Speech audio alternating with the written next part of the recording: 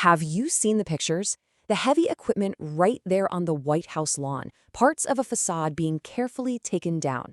It's kicked up a massive debate online, with all kinds of rumors flying around that a historic piece of the building is being demolished.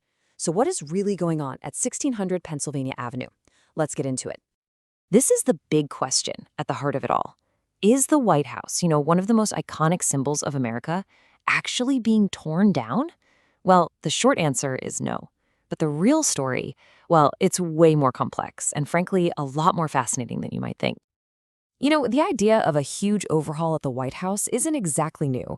These kinds of discussions about modernizing the place, maybe even touching the East and West Wings, were floating around back during the Trump administration's first term. But now it's moved way past speculation. We're talking actual construction, and the stakes are higher than ever. Okay, so to really understand what's happening, we've got to cut through all the noise and separate the rumors from the reality. We're not talking about a total demolition, but this project is absolutely historic in its scope, and I think the details are going to surprise you. And this, right here, lays it out perfectly. The rumor mill was churning out stories that the entire East Wing was coming down. The reality? A portion of the East Wing's facade is being removed, but it's to make way for something huge. A massive new state ballroom designed to host the most powerful people on the planet. And just to be clear, this isn't some plan for the future. It is happening right now. On October 20th, 2025, crews officially started dismantling the eastern face of the building.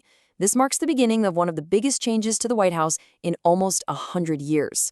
A new chapter for this building is literally being written as we speak. To really get why this change is such a big deal, we need to understand what the East Wing is, and maybe more importantly, what it isn't. Do you know the real story behind this part of the White House? The answer might actually surprise you. Okay, now this is where the history gets super interesting. Check out this timeline. The main White House residence was finished way back around 1800, but the East Wing that we know today, it's much, much newer. It was mostly rebuilt in 1942 during World War II, and part of the reason was to hide the construction of a brand new underground bunker, the Presidential Emergency Operations Center. So the really crucial point here is that the part being changed isn't from the original 1800s building. It's a piece of 20th century history that's now being reshaped for the 21st. So what's its job today? Well, it's a pretty busy place. It's home to the First Lady's office and her entire staff. It's the formal front door for most visitors and guests, and it even has the White House movie theater. You could call it the ceremonial gateway to the presidency, a place where history is made and seen up close. So, what exactly is replacing part of this structure? Let's pull back the curtain on this new state ballroom project and see what the future of the White House is going to look like. For decades, the White House has had a bit of a logistical nightmare on its hands. Its biggest indoor space, the East Room, is often just too small for the huge diplomatic events of today. This forces them to put up these big, kind of clunky tents on the South Lawn. This new ballroom is meant to be the permanent and much more elegant solution to that very problem. And the price tag for this solution? It's estimated to be around $250 million. Now, that's a huge investment. The administration says the project will be paid for mostly by private donors, not taxpayer money, but still, the sheer size of that number is pretty staggering. And the scale is just massive. We're talking about a new addition that's approximately 90,000 square feet. To put that in perspective for you, that's about the size of 1.5 football fields. This is a major expansion of the White House complex, and it's going to change its footprint forever. And the capacity definitely reflects that scale. The new ballroom is designed to hold nearly 1,000 guests. Now, compare that to the current East Room, which can only fit about 200 people. I mean, this is a total game changer for official events. It lets the president host world leaders on a scale that was just never possible before. So yeah, this is not just a renovation. It's a complete transformation.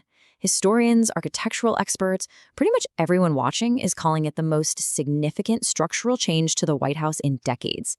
They're putting it on the same level as huge historical changes like the addition of the West Wing itself. Now, you can probably guess, a project this big, at a place this iconic, was bound to set off a firestorm of controversy. So let's break down the main arguments in this high-stakes debate between preserving the past and building for the future. On one side, you've got the supporters. They argue this is a badly needed update for 21st century diplomacy, and it finally gets rid of those tents on the lawn. They see it as a smart investment in America standing on the world stage. But on the other side, critics are seriously concerned. They say this project risks damaging the historical integrity of a national icon, and they're asking some tough questions about transparency, both with the private funding and the approval process. And one of the stickiest points in this whole debate is how the project got a green light. Usually, something like this would need a full review by the National Capital Planning Commission. That's a watchdog group that protects the historic character of D.C. But officials are arguing that since the first phase is just demolition on federal land, it doesn't need the commission's approval beforehand. That lets work start before a full public review of the new ballroom itself. Critics say this is basically a loophole to sidestep public oversight.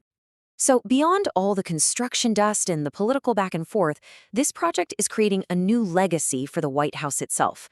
But the big question is, what kind of legacy is it going to be? And here's why this matters to everybody, not just folks in Washington. The way this all plays out could set a huge precedent. How this project manages to balance modernization with preservation could very well become the blueprint for how we treat other national historic landmarks for generations to come. In a way, the future of our past is being decided right now. And all of this leaves us with a really fundamental question. This project isn't just about a ballroom. It's about how a nation chooses to care for its most precious symbols. It forces all of us to ask, where do you draw the line between preserving a piece of history and adapting it for the future? As parts of the East Wing come down, we're not just watching a demolition, we're watching a debate over the very soul of a nation.